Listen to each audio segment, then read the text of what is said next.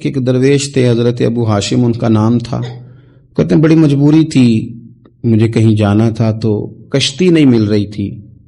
اچانک ایک کشتی گزرنے لگی تو میں بھی سوار ہونے لگا تو ملاح نے مجھ سے کہا کہ یہ ایک صاحب بیٹھے ہیں بڑے امیر ہیں، ساتھ ان کی کنیز ہے، انہوں نے مجھ سے بک کر لی ہے ساری کی ساری کی عقیدہ سی سالم کرا لیا ٹانگا، وہ ساری کی ساری بک کر لی ہے تو میں تو کسی کو نہیں بٹھا سکتا. تو وہ جو صاحب بیٹھے تھے بڑے سیٹھ آدمی تھے، کہنے لگے میاں آپ کسی اور کشتی میں بیٹھو. جو ان کی کنیز تھی نا وہ کہنے لگی چہرے سے کوئی نیک آدمی لگتا ہے، چلو اتنی سواریوں کی جگہ ہے کسی کونے کھدرے میں بیٹھ جائے گا، ہمارا کیا جائے گا.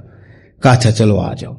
تو میں کونے میں بیٹھ گیا. تھوڑا رستہ آگے گیا، انہوں نے کھانے کا سامان نکالا، مجھے بھی کھلایا، لیکن کھاتے کھاتے میری نظر پڑی تو اس میں تو شراب کے برتن بھی تھے معاذ اللہ.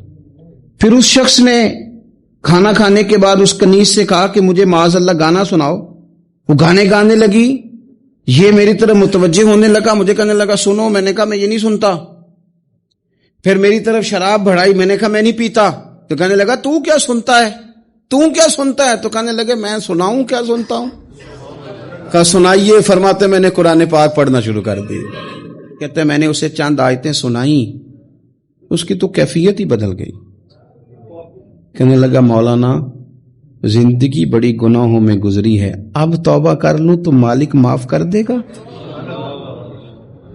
کارنامے خطرناک ہیں، پیچھے رجسٹر کالا سیاہ، معافی ہو جائے گی. دولت بڑی تھی تو پھر ہم نے بھی شراب کباب شباب میں اڑا دی ساری، معاف کر دے گا. تو کہتے ہیں میں نے کہا ہو بندے کے آنے کی دیر ہے، اس کی رحمت تو فوراً ہی قبول کر لیتی ہے. کہتے اس نے اس کنیز کو آزاد کیا، دولت اللہ کی راہ میں خیرات کی، 40 سال میرے ساتھ رہا. پھر میں نے اس کی زبان سے سوائے خیر کے جملہ نہیں سنا. ایک کی بات کرتا تھا، کہتا تھا شیخ کاش آپ مجھے تھوڑا پہلے مل جاتے، زندگی سے یہ گلہ ہے کہ تو ذرا دیر سے ملا ہے.